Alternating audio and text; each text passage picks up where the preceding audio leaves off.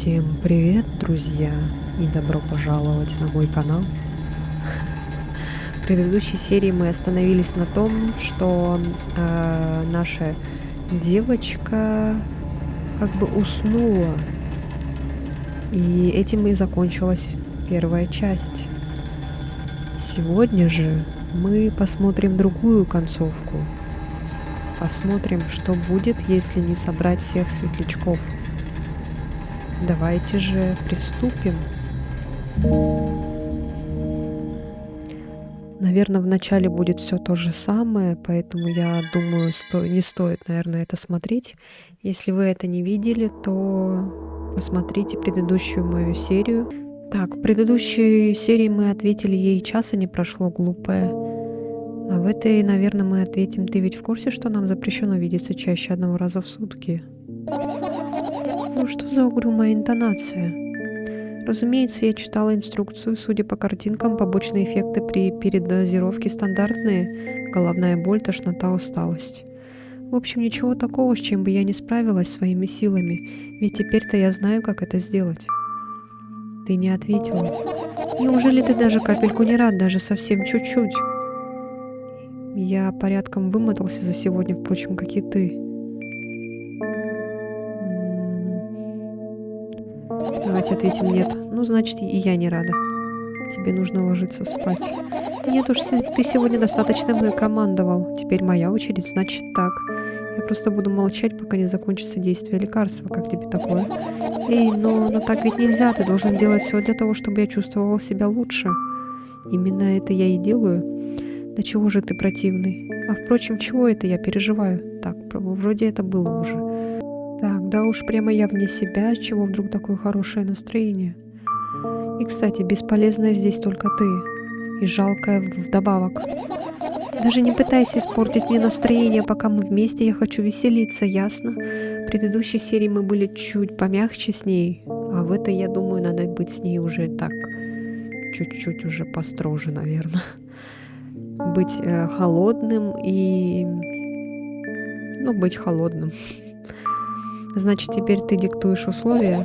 Да. Что ж, посмотрим, надолго ли тебя хватит. Вот и посмотрим. Я и правда настолько жалкая. Не молчи. Я чувствую, как слезы стекают по щекам, задерживаются на подбородке, а затем падают на мою одежду, прожигая в ней дыры. Это тоже было в предыдущей серии. Недолго ты продержалась, что ж, ожидаемо. Эй, я хотя бы попыталась. Сходи-ка ты умойся, потом решим, что с тобой делать. Ты что, пытаешься придумать причину прямо сейчас? Нет, ничего подобного. Кажется, ты забыла поставить свой мыслеблок, тебя всю насквозь видно. Нахал. Что ж, ладно, выходит, нам надо найти крохотных насекомых среди кучи хлама, при этом не сдвинув ничего даже на сантиметр. Так, это уже тоже было. Ты ведь уже доказала, что способна на самостоятельное решение. Почему бы не продолжить в том же духе? Уже не будь таким скучным. Я ведь просто дразнюсь. Не нужно все взваливать на себя, просить помощи — это вполне здоровое решение. Нет, все-таки...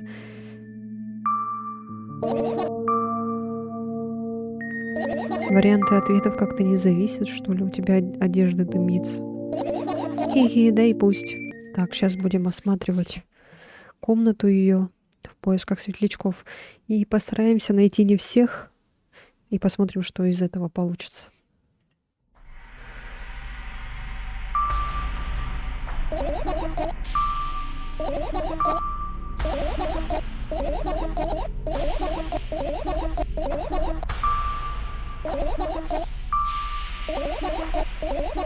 Здесь я не стала читать, потому что не думала, что это так важно, поэтому сейчас я прочту для вас.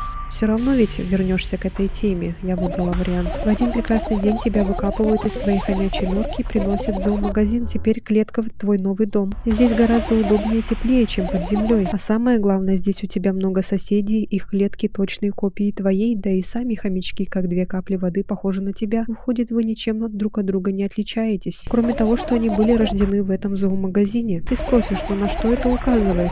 А я тебе отвечу, да ни на что. Я забыла, о чем шла речь. О боже. Ладно, давай начнем заново. В этот раз постарайся обойтись без дурацких примеров с хомяками.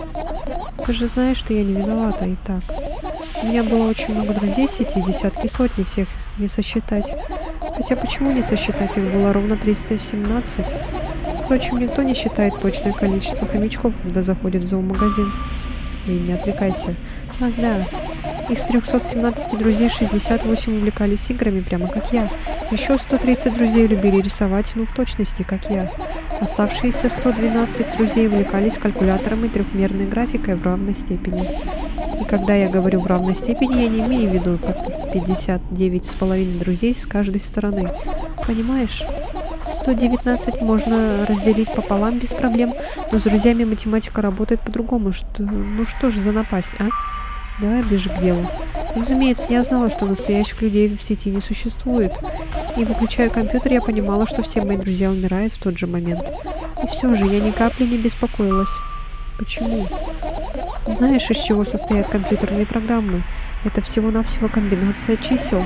Значит, и мои друзья это числа не находишь? Это занятным? Не особо. Почему ты называешь их друзьями? Ну как же, все, кто разделяет мои интересы, мои друзья, и неважно, знают ли они о моем существовании или нет. Так вот, у каждой программы есть определенный алгоритм, задача словом математическая формула. И если решить эту формулу, ты точно будешь знать, как программа поведет себя в тот или иной момент. Чем дальше, тем меньше я понимаю, о чем ты. Тебе не нужно что-либо понимать, просто слушай. Я сажусь на пол, и экран ноутбука оказывается прямо у меня перед глазами. В нем я вижу лишь свое тусклое отражение и больше ничего. Человек из сети — это случайная картинка и случайный набор букв. Слова и поступки человека из сети — это программный код. Эй, дай мне знать, если тебе нужна передышка. Однажды кое-кто появился, с тех пор компьютер все время включен. В сети не бывает настоящих людей, но ему удавалось притворяться. В какой-то момент я позволила себя обмануть. Так, вот все. Закончить поиск. Мысли вроде бы собрались в кучу, но что-то все равно тревожит меня. С другой стороны, я ведь и не должна радоваться. Почему так? Если я что-то потеряла, а потом нашла, это просто возврат к началу, никаких изменений, ноль, ни плюс, ни минус. Так, это тоже уже было. А радость — это всегда плюс, понимаешь? Тебе вредно слишком много думать, знаешь ли. Спать хочется. Может, проветришься перед сном? То есть, выйдешь на балкон, воздухом подышишь. Почему-то эти слова вызвали у меня приступ паники. Я неосознанно делаю шаг назад от балкона. И думаю, что это хорошая идея. Почему? Это может прозвучать глупо, но мне кажется, кто-то смотрит на меня. Хорошо, давай останемся здесь. Да кому ты нужна? Всего на пару минут, ладно?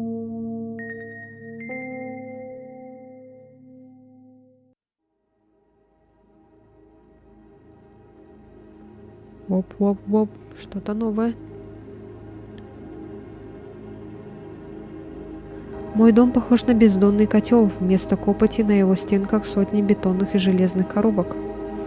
В окнах горит свет, звучат неразборчивые голоса, оглушающий воет ветер, закручиваясь спиралями и разделяясь на сотни отдельных потоков, по всей видимости, для того, чтобы быть услышанным каждым жителем дома.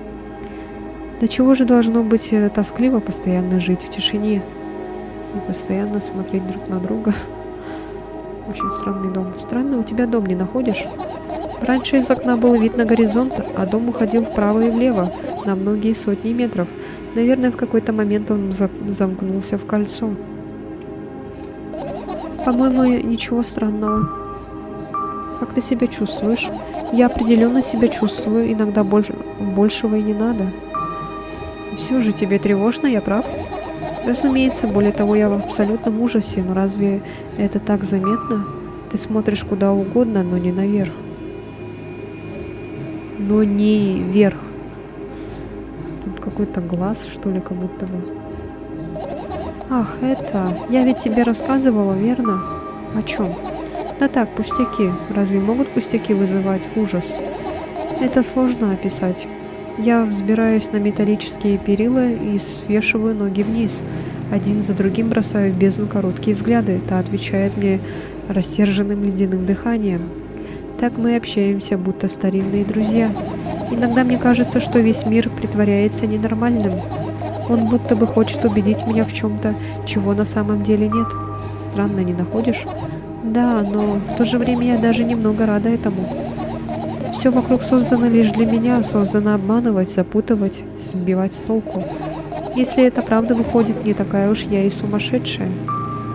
Считай, это правда и есть сумасшествие. Наверное. Очередной ураган проносится по стенкам котла, разбивая в пыль стекла и сметая бетонный налет. Меня он лишь нежно гладит, взъерошивая волосы. Я так и не придумала кодовое слово. Ты ведь и сама вспомнила о своем обещании, значит, кодовое слово уже не нужно? Не люблю, когда так происходит. Хочу вспоминать о некоторых вещах только тогда, когда хочется. Тем не менее, ты обещала. Я сдержу обещание, просто имей в виду, что с этой секунды каждое слово будет приносить мне боль. Я наклоняюсь вниз и мысленно падаю в пропасть, ровно 2 минуты до того, как я разобьюсь.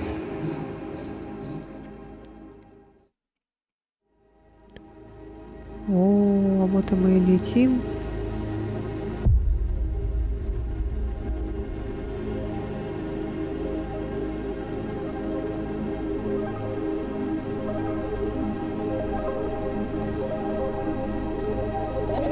У меня был друг в сети, лучший друг, даже несмотря на то, что его набор букв вместо имени был не самым клевым. Да, и набор пикселей вместо фотографии был скучным и непривлекательным. Это ведь странно и неправильно нарушать правила нахождения в сети. Зачем он это сделал?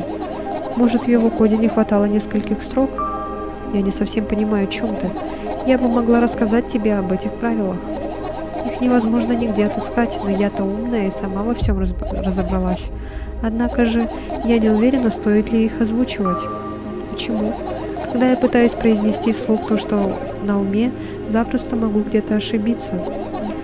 Одна ошибка, и все сказанное дальше полностью противоречит моим мыслям. И в итоге я сама себя разубеждаю. А я этого не хочу. По твоей логике, лучше вообще никогда рта не открывать. Конечно, это моя мечта. Не открывать рта, не вставать с кровати, ничего не видеть и не слышать. Детка, у тебя, походу, депрессия. Лишь сны, сны. Ах, ну почему все так ужасно? Не отвлекайся. Так что же твой друг? Друг? Ах, да. Он и хватило же наглости. Ну же, собери мысли в кучу. Он каким-то образом заставил меня поверить, будто он настоящий. И расписывал мне чью-то жизнь в мельчайших подробностях, выдавая за свою. И, разумеется, ждал того же и от меня. Но я и рассказала ему все о себе, ничего не утаила. Я крепко стискиваю зубы, ветер нещадно хлещет по лицу, разрезает кожу на неровные полосы, словно тонкую ткань. Он знал обо мне больше, чем кто-либо в мире. И знаешь, что он сделал? Да. Ха-ха, натравить на меня сотни ботов должно быть очень весело. А главное, все от этого только выигрывают. Они появляются тут и там, довольно простой код, не требующих особых усилий. Для выполнения неудивительно, что алгоритм присуждает эту модель поведения с большей вероятностью, чем прочие из списка. Генераторы текстов и видеороликов тут же принимаются за работу. Мое имя всплывает в сети все чаще и чаще. Это невыносимо. Невыносимо. Из-за каждого угла с балкона, крыш, подвалов, стен, потолков я всегда ощущаю пристальные взгляды множества глаз. А теперь и с экранов. Но я положу этому конец. Я давно решила. Хотя, возможно, я решила сделать это только... Мое тело наконец обрушивается на землю, разлетаясь словно фарфор на миллионы мелких частиц. Мне холодно, пойдем внутрь.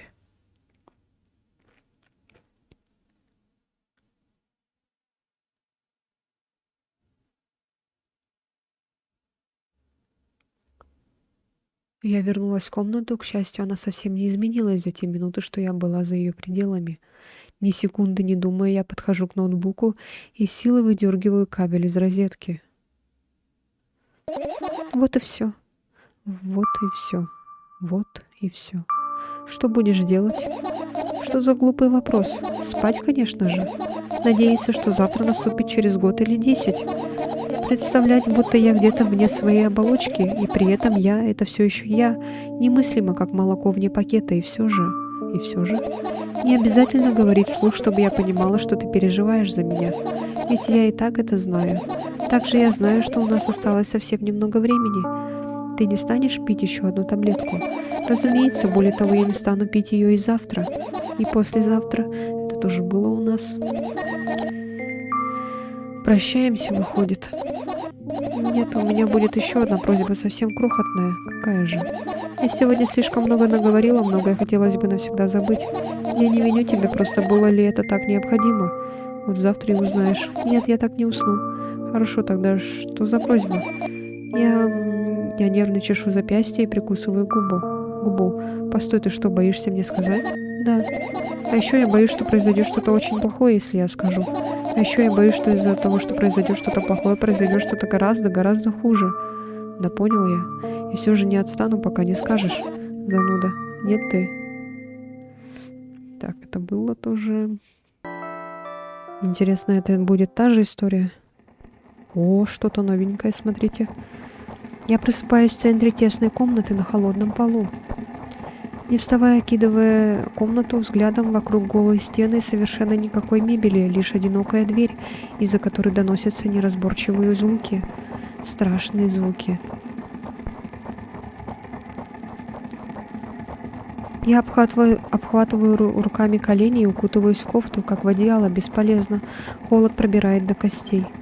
Комната довольно просторная, но меня не покидает ощущение, будто я нахожусь в тесном гробу, а слабый голубоватый свет, проникающий сквозь дверной глазок, лишь усугубляет это ощущение.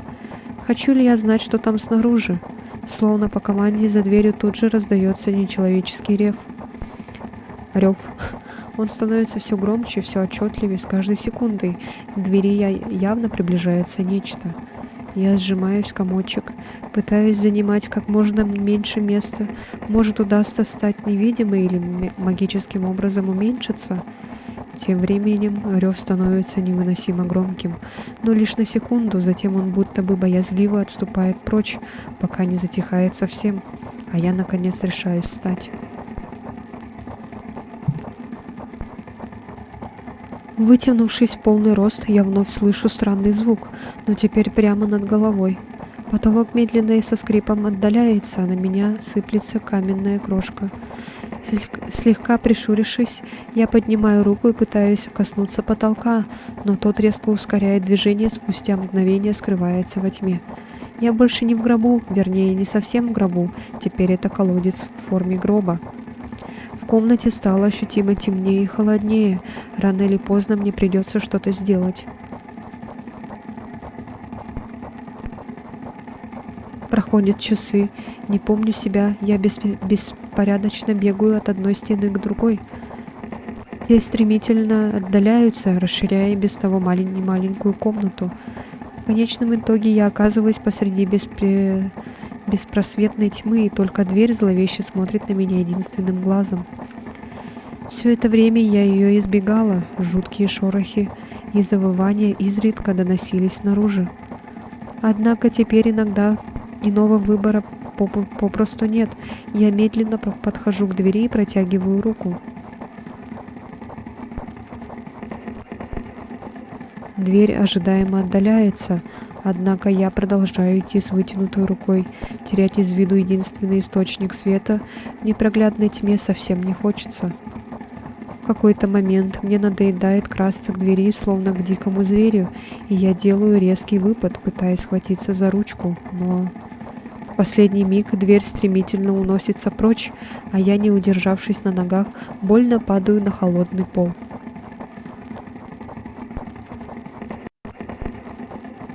Проклятая дверь, проклятая тупая поганая дверь. Ненавижу. Я кричу изо всех сил, накопившееся отчаяние наконец вырывается наружу, и я медленно, но верно осознаю, насколько страшна ситуация, в которой я оказалась. Нет. Я не прекращаю кричать ни на секунду, потому что боюсь оказаться в полной тишине. И если исчезнет все реальное, верх возьмет мое больное воображение, а сейчас нет ничего реальнее моего голоса. Эй, я тебя слышу. Голос из-за двери. Я здесь, подойди же.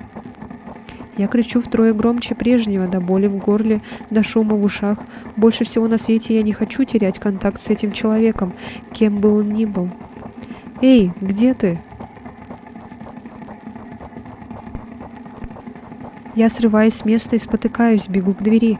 Бегу минуту, 5-10, дверь не приблизилась ни на сантиметр. Впрочем, и не отдалилась, значит, я не уступаю скорости, нужно лишь сделать рывок. Собрав последние силы, я отталкиваюсь от земли. Прыжок кажется бесконечно долгим. Вот я протягиваю руку, вот пальцы почти касаются шершавого дерева. На огромной скорости я падаю на пол лицом вниз. По инерции проезжаю еще с десяток метров, оставляя за собой кровавую полосу. Рука по-прежнему вытянута и пытается зачерпнуть пустоту. Слезы льются ручьем, обжигая многочисленные ссадины. Я пытаюсь вытереть их, но вскрикиваю и одергиваю руку, едва коснувшись лица. Нос и губы разбиты в кашу. «Помогите!» Из-за двери не доносится ни звука, и это продолжается мучительно долго. Однако в какой-то момент пытка тишиной прекращается. «Эй, я вижу тебя!» Я пытаюсь что-нибудь ответить, но из горла выходят только сдавленные всхлипывания и никаких слов. «Тебе больно?» «Да, да!» Сквозь слезы я поднимаюсь с колен, делаю вдох, затем еще один и срываюсь с места. Я бегу уже час или два. Кажется, дверь стала ближе на сантиметр или два. От этой мысли я едва не позволила себе передышку. «Нельзя, нельзя! Рано или поздно я догоню ее!» Голос из-за двери часто спрашивает, как я себя чувствую. В ответ я лишь тяжело и надрывно дышу. Скажу хоть слово, упаду без сил. И все же я благодарна ему и ни за что на свете не хочу, чтобы он замолкал. Спустя еще час я, протянув руку, слегка царапаю ногтем дверную ручку. «Скоро, совсем скоро. Мне ведь страшно, почему ты ничего не делаешь?» Почему он так со мной? Разве он не понимает, какие мучения я испытываю? Я еще немного... Ты пугаешь меня, уходи прочь. В мозг ударила ярость. Не обращая внимания на дикую боль в костях, я отдаю все силы на последний рывок. «Нет, уходи!» Я крепко хватаюсь пальцами за ручку и открываю дверь. В глазах бьет яркий свет. Земля уходит из-под ног, и я падаю.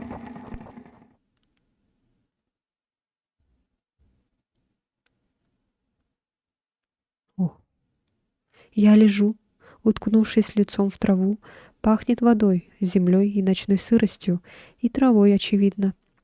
Ветер щекочет затылок, беспокойно воет, мечется. Неприятно и неприлично вот так лежать. Когда вокруг беснуется природа, играя звуками и, наверное, красками. Полное предвкушение, я поднимаюсь.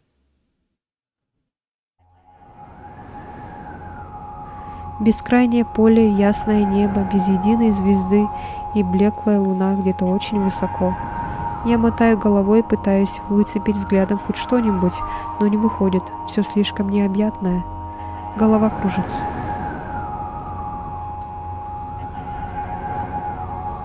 Бах! И я вновь лежу в густой и влажной траве, с той лишь разницей, что перед глазами теперь небесная тьма вместо обычной.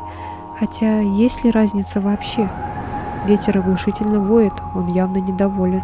Но что я могу поделать? До меня доносится неразборчивое эхо откуда-то издалека. Волк, наверное, или еще кто-нибудь. Но какая разница? Я в траве, меня не видно.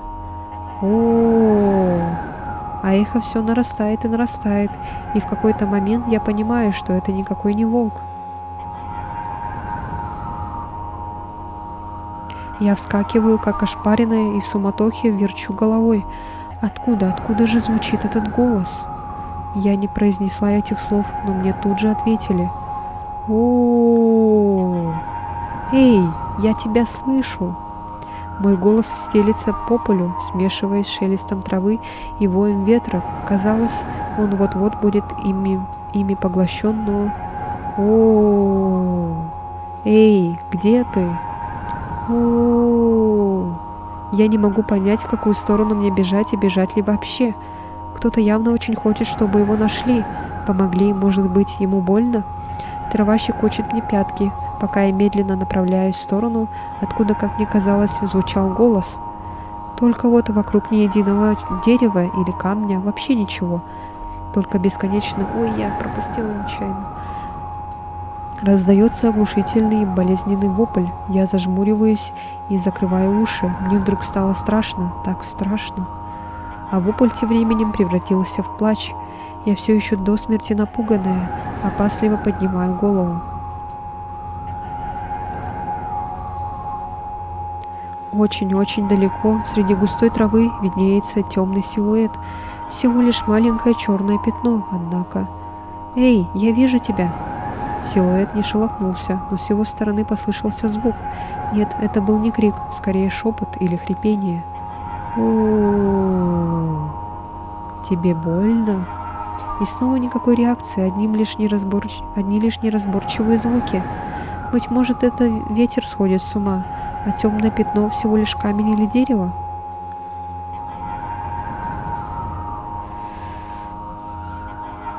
Раздосадованная, я пошла прочь. Сотня шагов, другая.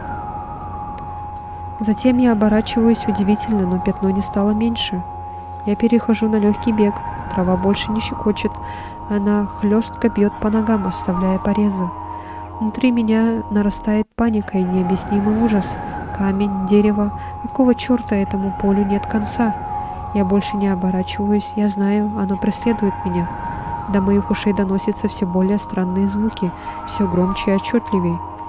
Ветер издевается, как может, да? Правда же? Ведь в этом все и дело. Наконец я останавливаюсь, дыхание сперло еще несколько секунд, и я умру. По крайней мере, так мне кажется. О, жуткий голос раздается прямо у меня за спиной, и я инстинктивно разворачиваюсь, зачем-то пытаюсь защитить лицо, но не удержавшись, падаю на землю. Трава тут же отзывается противным хихикающим шелестом. О, с меня хватит. Я резко встаю, силуэт все там же, на том же расстоянии от меня. Стоит и даже не шелохнется. Мне ведь страшно, почему ты ничего не делаешь?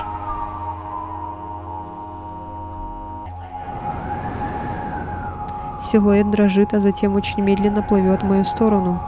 Это сопровождается новыми звуками, хрипами, стонами. Скованная ужасом, я стою на месте и не могу оторвать глаз от приближающегося черного пятна.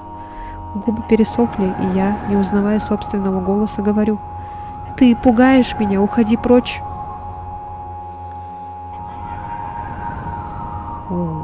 После этих слов пятно резко расширяется, и через секунду большую часть неба и поля поглощает липкий холодный мрак. Наконец, паралич опускает мое тело. Я пулей срываюсь с места и бегу прочь. Я бегу так быстро, что сминаю траву в темно-зеленую кашу, поскальзываюсь, падаю, снова бегу.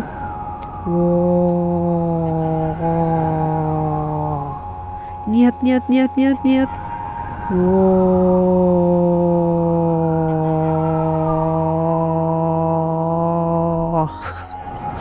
Нет, уходи. Неведомая сила с хрустом поворачивает мою голову, и мрак заполняет все без остатка.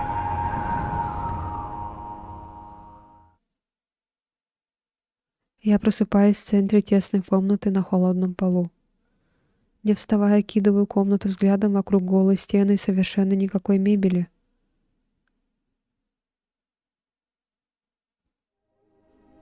Все, ребята.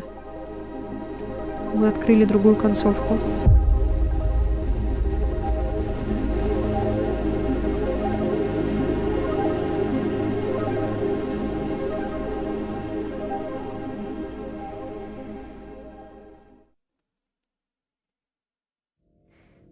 Неплохо, неплохо. Это было неплохо. Спасибо, что смотрели. Подписывайтесь на мой канал, ставьте лайки и увидимся уже в следующей серии. Посмотрим, может быть, можно еще какую-нибудь концовку открыть. И, наверное, будем уже с вами прощаться. Всем удачи и спокойной ночи. Всем пока.